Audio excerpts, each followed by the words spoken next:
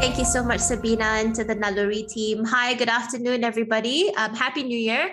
My name is Katyana Azman. If you've never sat in on any of my chats before, I am a consultant psychologist specializing in child and adolescent psychology at Pantai Hospital, Kuala Lumpur. And today, the team at Naluri have been kind enough to welcome me back, where we'll be talking about this topic called parenting through the pandemic. Hopefully, I'll be able to address a lot of the concerns and queries that parents have had with regards to 2 years of being in lockdown with young children.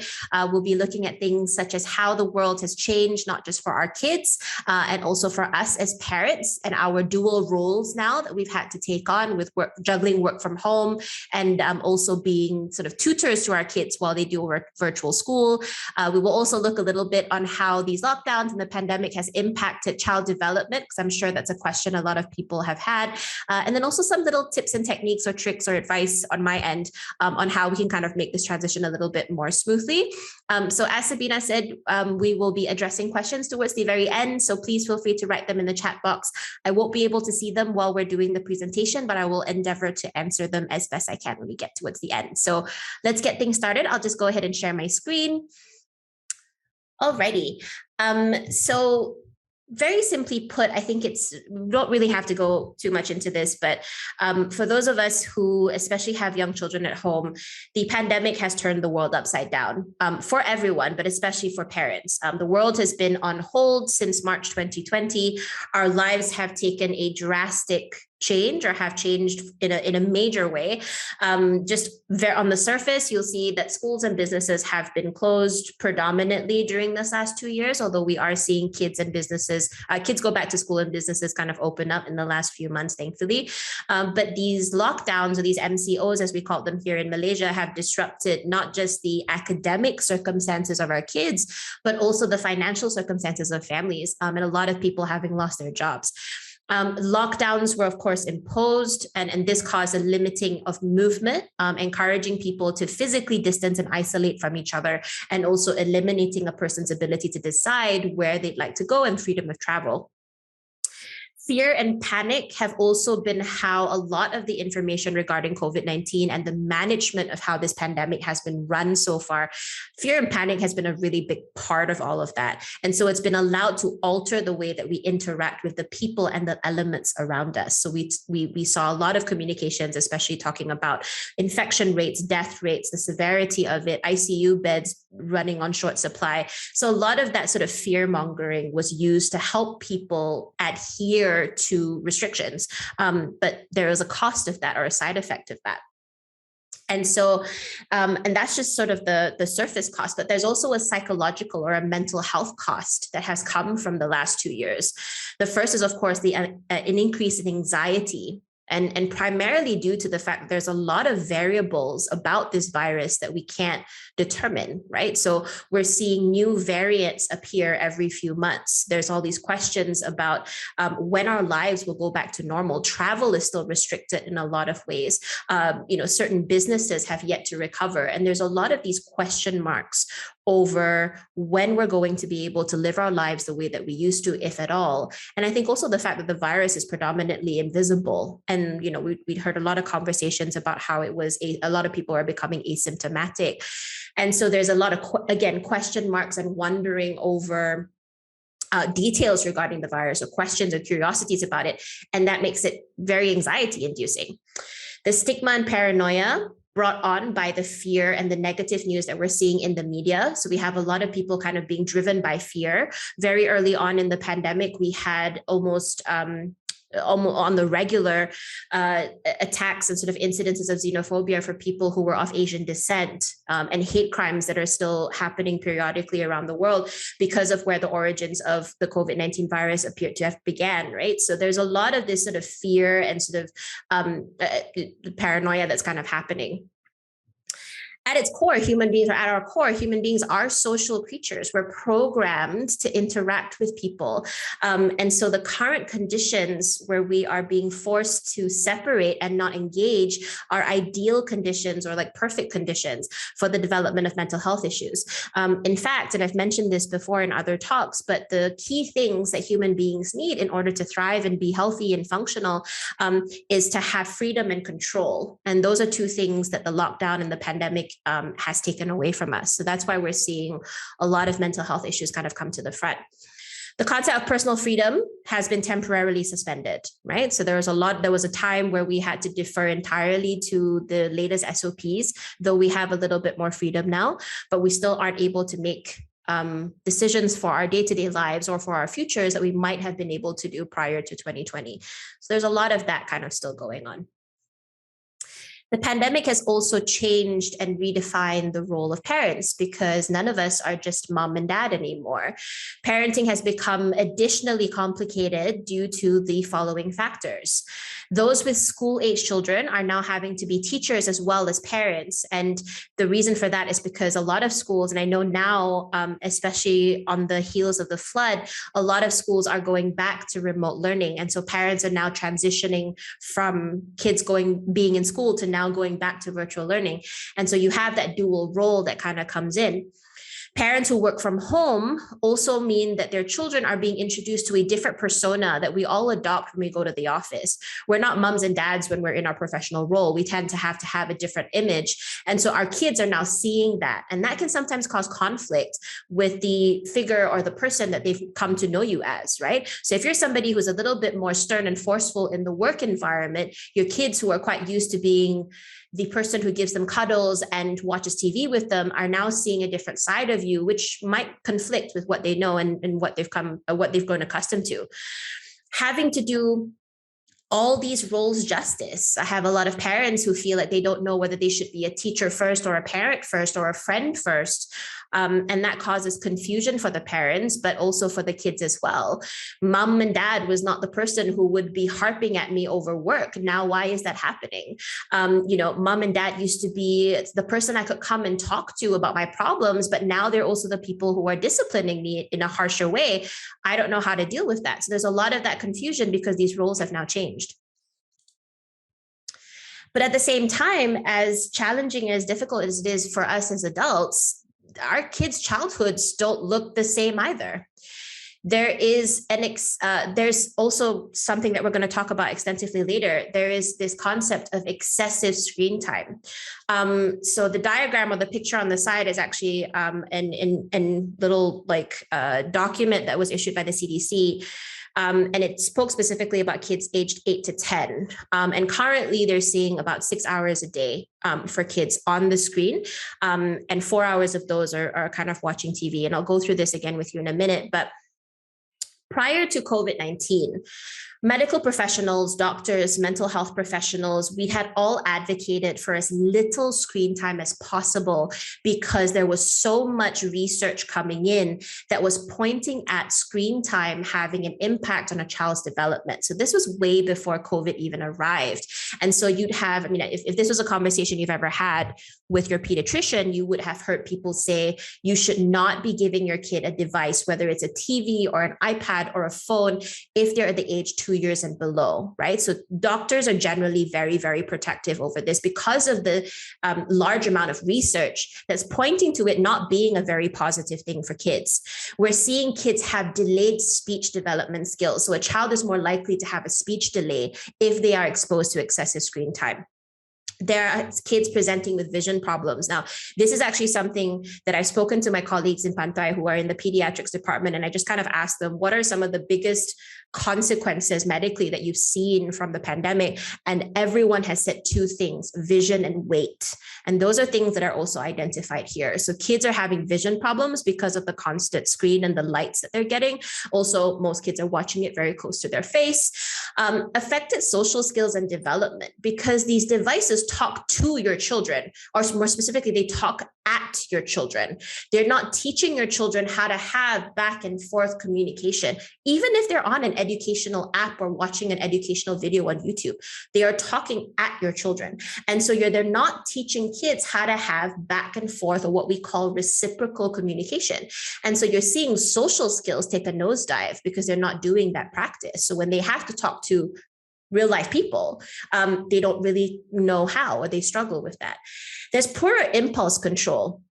And I'll go into this a little bit more in depth as to why impulse control is something that is an issue. But generally, the region of the brain that actually controls impulses has been found to be delayed in its development courtesy of excessive screen time.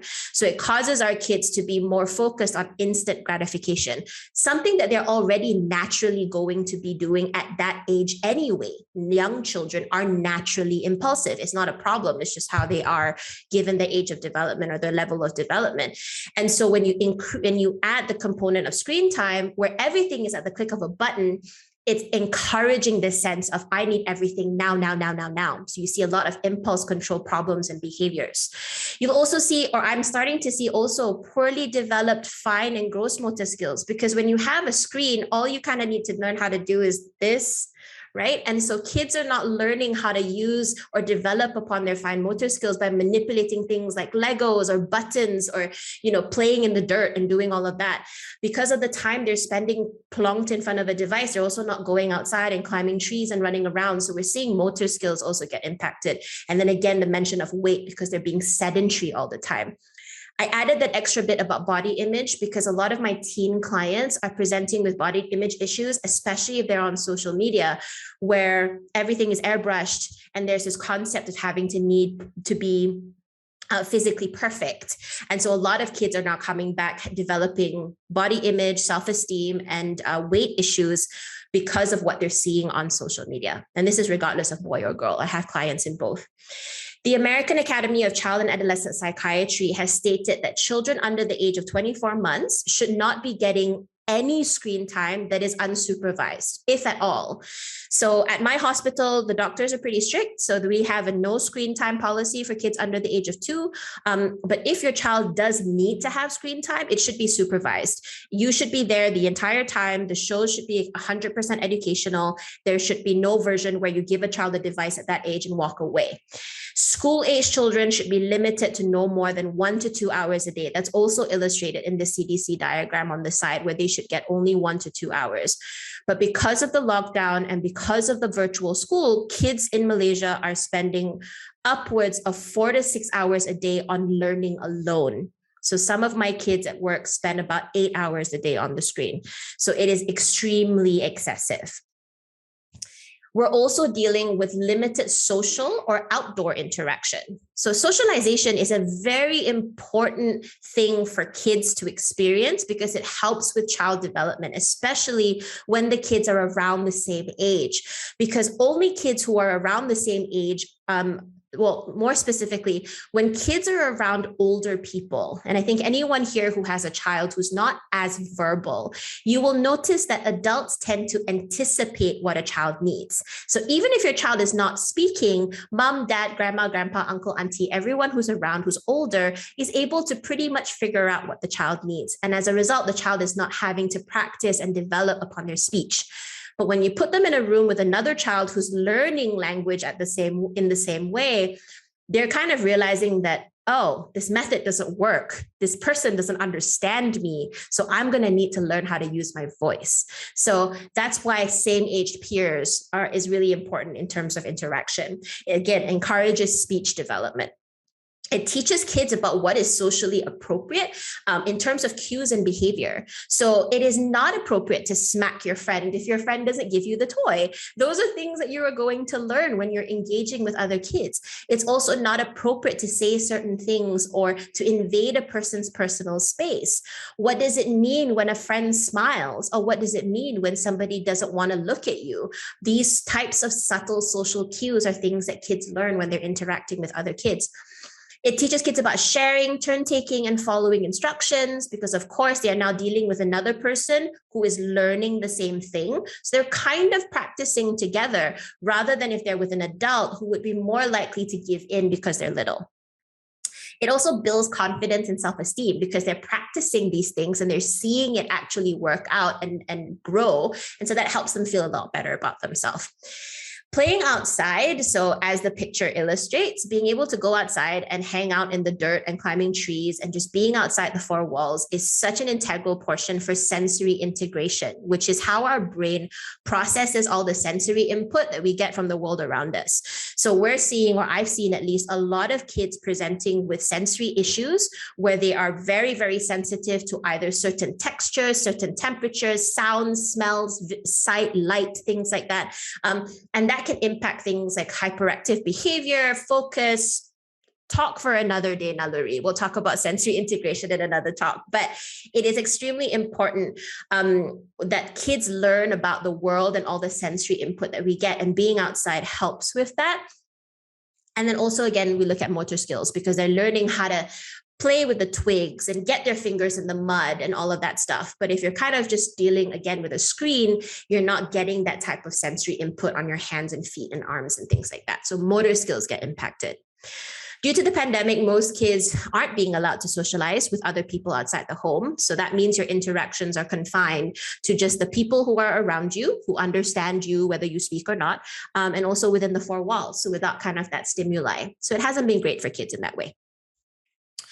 And finally, what I think has been one of the biggest consequences for kids is the unstructured routines. So, a lot of parents are have done away with the concept of the structure. So kids are able to do their virtual classes in their pajamas, in their bedroom. You don't have to get up at a set time. You can have lunch in front of the TV. Like, there's no more structure. And structure is something that kids really need in order to stay on track with what they need to do for the day, as well as what the expectations are for them. And I'll explain why in a second. The absence of this structure will result in struggles with things like homework and other deadlines because they can't organize themselves naturally and they don't have that structure to fall back on. So you will see these things kind of become a bit of a battle. There will be struggles with time management, right? So that will be something that happens as a byproduct. And then as a result, you'll see a lot of behavioral issues because the kids will try to fight you when you do tell them that things need to get done. When you have parents who are working from home, that becomes even more so because parents have to prioritize the work that they've got in front of them. So they kind of expect the kids to kind of manage themselves in a lot of cases, and that often isn't successful. I've had some cases where during the virtual learning phase, teachers had kind of changed the school hours to kind of accommodate either their own preferences or some very strange schedules. So when a kid is normally at school from, say, in a government school from, say, like 7:30 to 2, I was having some kids that start class at like 3 and then had classes till 7 p.m. So it was kind of like a bit off kilter. So that means that kids are not really on a structure. And then, of course, again, this constant confinement, right? So kids find themselves often without structure, and you hear the word "I'm bored" come out of their mouths quite often, right? So I think the unstructured routines had a consequence. Well, why is it that these kids can't just adapt and learn like the rest of us? I mean, we didn't get any heads up, or we weren't prepared at all prior to COVID. We figured it out as quickly as possible. So why can't they? Why couldn't they just kind of get the memo like we did? And it all boils down to this one region of the brain called the prefrontal cortex. So very simply put, it's that big chunk right behind your forehead. So the prefrontal cortex is responsible for a lot of the things that make us rational, responsible adults. It is responsible for complex cognitive behavior. It's responsible for our ability to plan and organize ourselves, understanding there are long-term consequences for the things that we do now. It helps with our personality expression, making decisions because you have that foresight. Moderating social behavior, regulating your own emotions. So knowing that it is not appropriate to have a temper tantrum right now because you're not able to do what you want to do, knowing that those things have consequences. That is all controlled by the PFC, or at least a big part of it is controlled by the PFC. It also helps orchestrate thoughts and actions into goals. So if I want to be able to make something happen, these are the plans I have to execute, and therefore I will do them so that the goal can happen. Those type of planning skills, the PFC is responsible for. It also supports concrete rule learning. So knowing that it is a crime to speed without having to be reminded of that, knowing it's a crime to rob a bank and not have to be reminded of that. That's something that the PFC does. And it makes up a pretty decent part of the brain, about 1/3, right? So remember this diagram as I transition to the next diagram, right? 90%-ish of the brain will develop by the time the child is 5. And that is illustrated by the blue portion of the diagram. The purple portion is the remaining part of the brain that is still ridiculously immature after when the child is age 5. Notice how it kind of lines up with the diagram we just saw. So very simply put, the PFC develops at a much slower rate than the rest of the brain. The other blue portions that you see here will be responsible for the child's ability to speak, the child's ability to move their body, to do mental arithmetic, all of those things that would make you think that the child is fully matured. But the PFC will continue to grow for how long, you might ask? Until the child or the individual is 30 years of age. So if you have a child who is 10 years old, his or her PFC is 20 years from full completion. So all the skills that we talked about in the earlier diagram are going to be things that they struggle with for another 20 years, or that they do not yet have the full skill set for at the age of 10. Kids learn to use the prefrontal cortex from watching adults. So from experience, from watching you guys or watching us, that part continues to become more mature. So the MRI picture you see at the bottom, you can see how the color changes from ages 5 to 20, and that's how that region matures. So I tell all my clients' parents that it is a hardware problem, not a software one. The brain is not physically capable of doing a lot of the adult things that we might expect our children to do depending on their age. So it is our job to be able to bridge that gap and not expect them to get to our level, if that makes some sense, right? So that's kind of the cliff notes. So where does that leave us? The first thing I'm telling parents to do is to embrace the unknown. There are a lot of variables that we do not know in these uncertain times, and we kind of have to accept that. We have to switch gears from the part of our programming that says that in order to be a functional adult, you need to have all the answers, you need to plan 10 years ahead. Kind of hard to do given the environment that we're in. Acknowledging that you don't have all the answers and that you might not know will help your child feel less intimidated and anxious over these uncertainties, because they will know that not knowing is normal. I think parents also have to part away from this mindset that you have to always be all-knowing when it comes to your kids, and that you can't admit that you don't know something or that you two are struggling.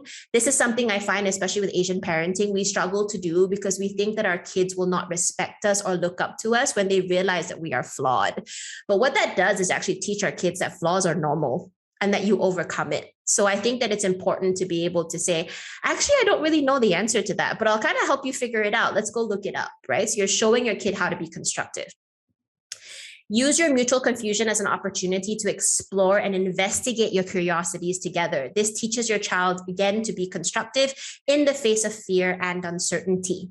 Focus on taking things one day at a time based on the information you have readily available. If you don't have the information for it, you can't plan for it. So start with what you know. Work with your roles. Schedules and routines are really, really important, and it helps you stay on top of all these different roles that you're trying to juggle. The routines will allow you to plan ahead as much as possible for ways to keep your kid and keep your child engaged when you have work commitments. If you have a meeting, if you have a presentation, or a Zoom call, making sure that you're not going to have a bored child during that time. You can use your schedule to plan ahead. And it also helps you chart out your day better. So what I normally do is I ask parents, during meal times, I think is a really good time to do this, to sit down and have everybody bring their weeks or their day's schedule to the table, and then have a big sort of calendar and have everyone kind of plot it in. So we know that, okay, tomorrow, Child A has class from this time to this time, child B has class from this time to this time, and mom has a big meeting from this time to this time, right? And so in that window, right? Is your child going to need your attention? Or is the child going to be busy with online class so you have a window of free time for yourself, right? If your child needs to be entertained, plan ahead. Prepare a box and get the kids to decide what activities they want to do so that when that window comes tomorrow, they know to head straight for that box, for example. So you want to be able to have as much control over the day or the week if you can, and you can only do that with a routine or a schedule. They limit the amount of free time that your child has during the day, which is again often when they would want your attention, when they've got nothing to do. When their attention is engaged, they don't really care about what you're doing. It's just when they need to be entertained, they expect you to. When it comes to your kids, and this is about the dual roles, be a parent first. Don't be their teacher first. Don't be their friend first. Be their parent first. You aren't looking to replace those other roles. So don't compromise on your principles as mom and dad. And why I put this in here is because I've had a lot of cases where parents felt that, right now these kids don't have friends. It's important for me to kind of take a step back from the discipline and focus on being their buddy. And the problem with that is that when it comes to a juncture where you as a parent don't agree with what's happening, or you have to reprimand or discipline your child, the child's kind of like, wait, what? Right? Because you were my friend. I'm supposed to trust that you're my friend, or that you're supposed to be open and accepting of what I say. So I find it very difficult for parents to make that transition from, oh, okay, now they have friends, so now I can go back to being a parent. So I always say be a parent first, right? And then let everything else fall into place. Lead by example. Children learn about conduct and social cues. Sorry, I just need to go back. So children learn about what is appropriate from us. And if we want our children to be able to adopt a particular behavior or, etiquette, we kind of have to show them that, right? So they watch the people around them. A toddler, because of the PFC, is incapable of differentiating between what is child-appropriate behavior and adult-appropriate behavior. So whenever, for example, if you're cussing in front of your child is going to think that that's okay. So it's not the child's job to be able to go, oh, no, it's okay because mom and dad is angry, mom and dad is older. They're not going to be able to police themselves in that way. So they're just going to, I say to my clients, monkey see, monkey do. So that's kind of what you have to remember. If you'd like to instill a certain behavior or practice within them, you need to be doing the same. When it comes to screen time behavior, which is something that we got asked a lot of questions about, and I'll go through them later, is about regulating screen time behavior. And I feel that a really big part of that is setting that example. A lot of times kids that I work with will tell me that moms and dads are on their phone at the dinner table, or they have their faces constantly on their phone, but they're trying to tell their kids not to use their devices so much. So it is important to set the tone, right? If you don't want your children to be using their devices, then make sure you have device-free zones or device-free times during the day, especially during meal times or family time. So kids kind of learn that, hey, this is what is expected of me. So you kind of have to show them what you expect out of them. It's also important to set boundaries. Due to their level of development, again, children are not capable of policing their own behavior. Their understanding of rules and what is acceptable is defined by their parents. This also applies to their commitment to following those rules. And what I mean by that is, if you feel that you want them to not use their devices so much, for example, but if you aren't consistent with that, where on the moments where you're kind of stressed and busy, you're quite happy to let them use it, you're inconsistent. If you feel that like I said, you don't want your child using your device, but you're using it a lot, you're telling your child what is acceptable. And if you want your child to follow a rule, you have to be consistent in enforcing that rule. So if you're kind of wishy-washy about whether or not I'm going to discipline my child based on this rule, depending on how I feel and depending on my day, you're telling your child that these rules are negotiable, right? So it's important that you lead by example, right?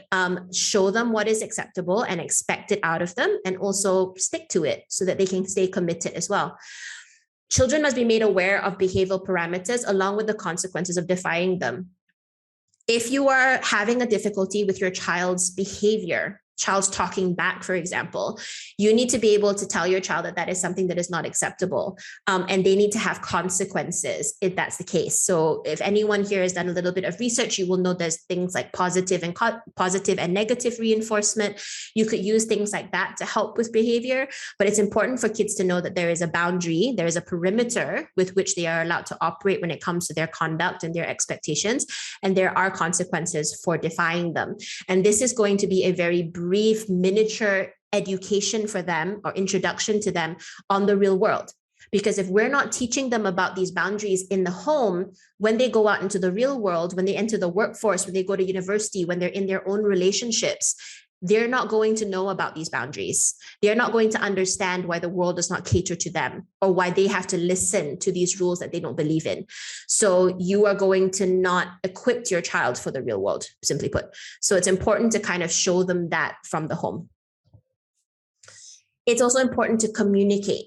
A child must feel that their feelings are being recognized, no matter how trivial. As adults, we have overcome probably 99.9% of what they are going through for the first time. So when a child comes to you upset over having a squabble with a friend, you know as an adult that that's not something that's going to kill them. It's not something that's going to really matter. It's not that big a deal. We know that it's pretty trivial, but they don't, because they're living it for the first time. So don't trivialize something just because you don't feel it's a big issue. They need to be heard no matter how small the issue is. Their development will restrict their ability to communicate verbally and expressively. Sometimes they might not have the words depending on how old they are. Difficulties in this area often result in them being quite frustrated and also have some negative behavior. So maybe they might start lashing out, being quite aggressive, maybe even hitting themselves if they don't have the words or the method on how to express that. Bridge that gap by allowing your child to use your voice. So tell them what you see. You're pretty upset because of that fight with your friends, huh? You feel like you don't matter to your friends. That's kind of what's going on, right? You're giving your child your voice, or you're providing them with opportunities to come up with those words based on what you're saying, right? So you can help them bridge that gap. Be conscious of also your stance. This is something that I think adults don't think about. We are a lot bigger than our kids.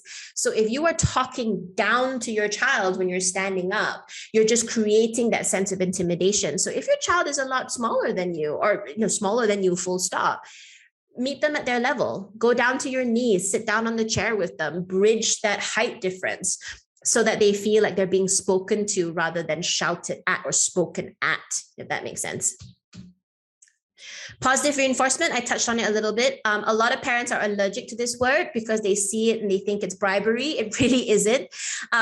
Positive reinforcement actually encourages an appreciation rather than an entitlement by having your child put in effort for rewards, right? There are a lot of rules when it comes to token systems or positive reinforcement that I encourage parents to Google before enforcing anything, because these rules ensure that parents are protected. No, I say parents are protected from kids trying to exploit it.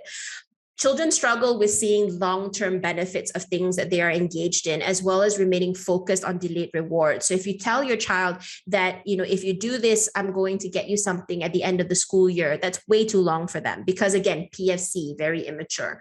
So they need something that's pretty much closer. So you want to set achievable short-term goals. Talk about the day, talk about the week, talk about the hour if you have a child who's a little bit more inattentive. So you want to bring that reward closer. Now, for those of you who don't like this word, remember that all human beings are motivated by incentive. It's just that as we get older, we get better at waiting for it. So everyone here who has a job, for example, would you have taken your job in your company had your HR manager said to you, this role will involve no days off, no raise, no salary, no, paid leave, maternity leave, no possibility for advancement. That's pretty much it.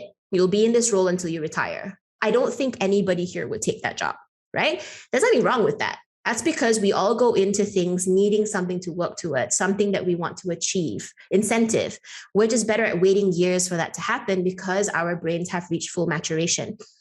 Positive reinforcement is just bringing that gap closer based on a child's ability to kind of look at that time frame. So that's kind of what I encourage parents to do. Incentivize with positive reinforcement and praise. It doesn't have to be material things or monetary things all the time. Even just praising your child for an effort or for good effort or a task well done is also considered positive reinforcement. Quality time with you, doing something that they enjoy, is also positive reinforcement. It need not be buying them the latest video game or buying them something expensive. It doesn't have to be money related. In fact, I encourage parents to find things that are not money related. But positive reinforcement has been found to be a very powerful tool in helping kids overcome behavioral challenges. And that is my presentation.